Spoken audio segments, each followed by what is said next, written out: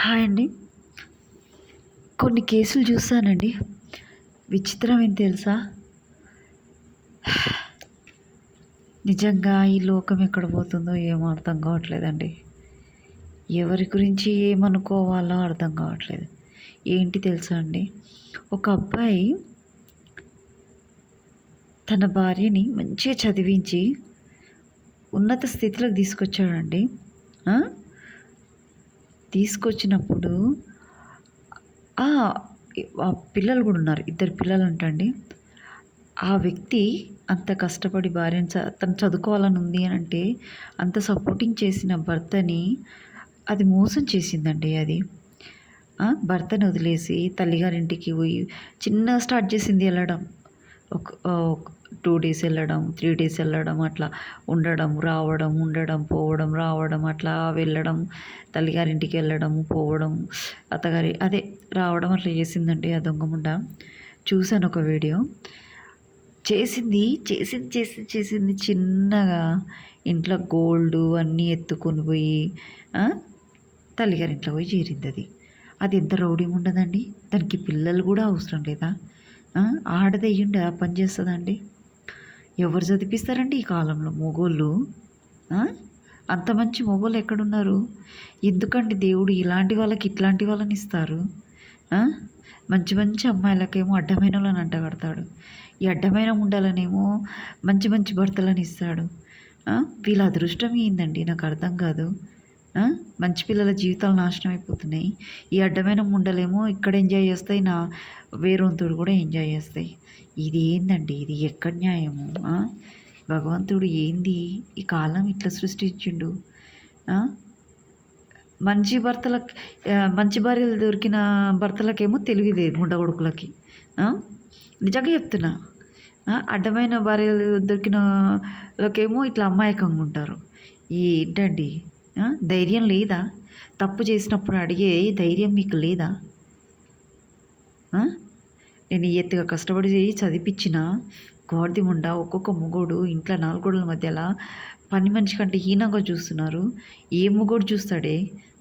ఇయాల నువ్వు ఈ స్థితిలో ఉన్నావంటే నేను కష్టపడి నేను చేయబట్టే నువ్వు ఈ చదువు చదివినావని గట్టిగా మాట్లాడాలండి.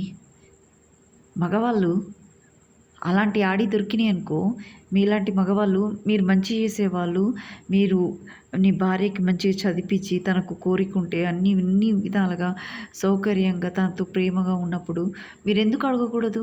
అడగాలి. అడగాలి కాదు, నిలదీయాలి. దానికి డైవర్స్ అస్సలెయ్యొద్దు.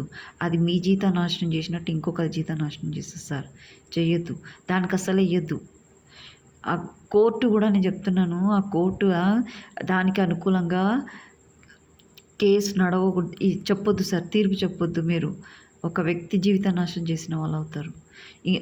ఎందుకంటే మీరు డైవర్స్ ఇచ్చిరనుకోండి, డైవర్స్ ఇస్తే అది ఏం చేస్తుంది? ఇంకొకరిని చేసుకుంటుంది. అది ఇంకొకరి జీవితం కూడా నాశనం చేస్తుంది అది. అంతేనా? అట్లా అందరి జీవితాలు నాశనం. కోర్టు కూడా దయచేసి ఇలాంటి వాళ్ళకు డైవర్స్ ఇవ్వకూడదు. నేను అసలు ఆడవాళ్ళు మంచి పిల్లలు అనుకున్నా కానీ, ఎక్కడో ఉంటారేమో అనుకున్నా కానీ, ఈ ఎత్తుగా దానికి తెలివి ఉందా సార్ అసలు? కోర్ట్ అయినా కూడా అబ్బాయి చదివించాడు, నీకు మంచి లైఫ్ ఇచ్చాడు, ఎందుకమ్మ నువ్వు అలా చేస్తున్నావు? ఇది ఇది ఇది చెల్లదు, ఈ కేసు చెల్లదు అని చెప్పేసి కొట్టేసేయాలి. ఆ భర్తతోటి ఉండేటట్టు ఆ కోర్టు కూడా అనుకూలంగా తీర్పు ఇవ్వాలి. ఎందుకంటే వాళ్ళు ప్రతిదీ ప్రాక్టికల్గా కనిపిస్తుంది. అవునా కదా? ఇప్పుడు ఆ కేసు డీల్ చేసే వాళ్ళకి ఇప్పుడు మీరు తప్పుడు తీర్పు ఇచ్చారనుకోండి, అది ఎంతమంది జీవితాలు నాశనం అయిపోతాయి. సార్ దయచేసి అలా చేయొద్దు. ఆడవాళ్ళకి తెలివి ఉండి పిచ్చోళ్ళలాగా ప్రవర్తించకండి. ఒక్కొక్క ఆడపిల్ల జీవితం నరకం ఉంది.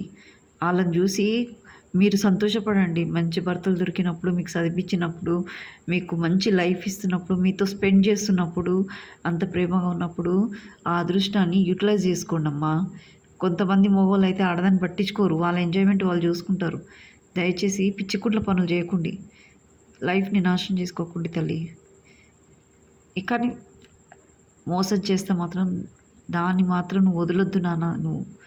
నువ్వు ఎంత ఎంత ఇచ్చినావో, నువ్వు ఎంత చేసినావో అది అంతకంత కుడవాలి. రావాలది నీ దగ్గరికి రావాలది.